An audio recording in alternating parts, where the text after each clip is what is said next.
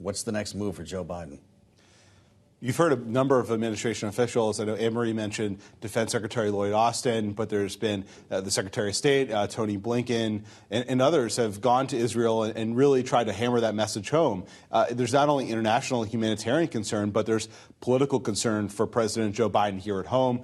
Young voters, Arab Americans, Muslim Americans have been dismayed with the death toll in Gaza, and that those people are a key part of Biden's coalition heading into 2024. He needs to keep all those people on side, but it's a very difficult balancing act because if he goes too far in the other direction, he could lose Jewish Americans, suburban voters, and people who are outraged with Hamas's conduct as well. So it's certainly not an easy task for the president. No, certainly not. And not just the Democratic Party is divided, but you see a lot of friction as well between the State Department, some members of the State Department that leaks have come out, and the White House. But talking about 2024, just an hour ago, these comments President Biden made at a campaign in Boston where our Justin Sink is in the room. Quote, if Trump wasn't running, I'm not sure I'd be running, but we cannot let him win for the sake of our country.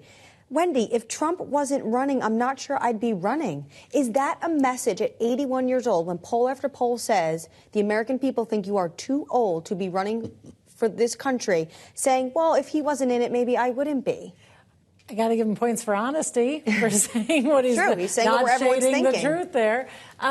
It was a really interesting thing, and if I were one of the donors in the room, I'm not sure what I would do with that information. I mean, I've already, for those donors, I've already paid to come in the room and hear him say that. It's an odd position to, one, believe that he is the only Democrat who could beat Donald Trump. Others might have difficulty. He's done it. Biden certainly did it once, but the polls after poll after poll are showing that voters are worried about his age, that voters are worried about his ability to beat Trump this time, and so I think that that's not the kind of messaging that if I were his PR people, I would be thrilled with.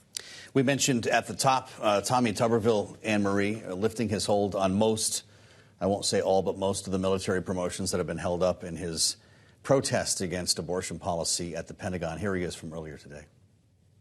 I'm releasing everybody. I still got a hold on, I think, 11 four-star generals. Everybody else is completely released from me. Now, somebody else might, I think there's a few other people got holds on 1 or 2 or 3 people. But other than that, it's over. What do you make of this, Jordan? And what's the statement on the 4-star generals? He's doing everyone up to these last 11. Is this a statement on elitism in the military? He said before the 4 stars don't really do work anyway. They've got a big staff to do that for him. Senator Tuberville's statements can sometimes be as confusing as his defensive schemes at Auburn. So I can't really make sense of it. Well played, sir. Yeah, but listen, I mean, clearly there's been a lot of pressure on him. Not only from Democrats, I mean, that's been there for a while, but increasingly from Republicans. So I think the message from behind closed doors, there have been a lot of meetings up there on Capitol Hill with Republicans saying, hey, we got to drop the act here. We got live wars in Ukraine and Israel. Time to get serious. He seems to have listened. I don't know what concessions he may have gotten one way or the other, but we'll see if he decides to drop these other holds in the coming weeks. So the DOD, the White House, breathing a sigh of relief for the most part, almost all of these blockades. But they have another big problem ahead of them, and that came yesterday with really in the forefront with Shalonda Young, Director OMB, putting out this letter. I want to be clear, without congressional action by the end of the year, we run out of resources to procure more weapons and equipment for Ukraine. This is really going to be dominating the White House's focus for the next month or 2 months. How long can this go on? Listen, the White House has got, that letter was a warning sign. They really feel a sense of urgency here, not only to get this done in the next couple months. They want to get this done by the end of the year. They've repeatedly said this money is running out by December 31st. They've already gotten to the end. And if it doesn't come, they're worried that this is going to run up against the next spending deadline, by the way, which is coming up mid-January, when a partial government shutdown can happen. They don't want a big debate about Ukraine and immigration interfering or getting held up by this other government funding debate. So they want to get this done now, but it's going to be very difficult given the dynamics in the Senate. Hearing the rhetoric today, things start to feel like they're falling apart. But we spoke earlier with 2 voices of real experience. Jim Kessler, the Democrat, Rick Davis, of course, our Republican analyst, they both worked in the leadership and with the leadership in the Senate. And they said when you start hearing things fall apart like this, that's usually a darkest before dawn moment.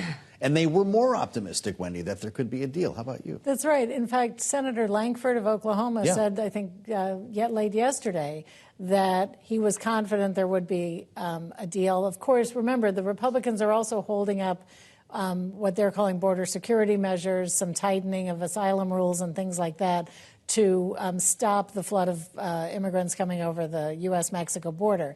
And they are insisting on that, the Democrats come on board with that before they pass Ukraine aid. But Lankford, a very conservative Republican, said he thought exactly what you said, Joe, that it's the dark before the dawn and that something will come out of this. We have not yet heard those noises from any Democratic senators yet. So I think we're maybe at 2 a.m. here, and got a little ways to go before the sun comes up. A few more nightmares to be had.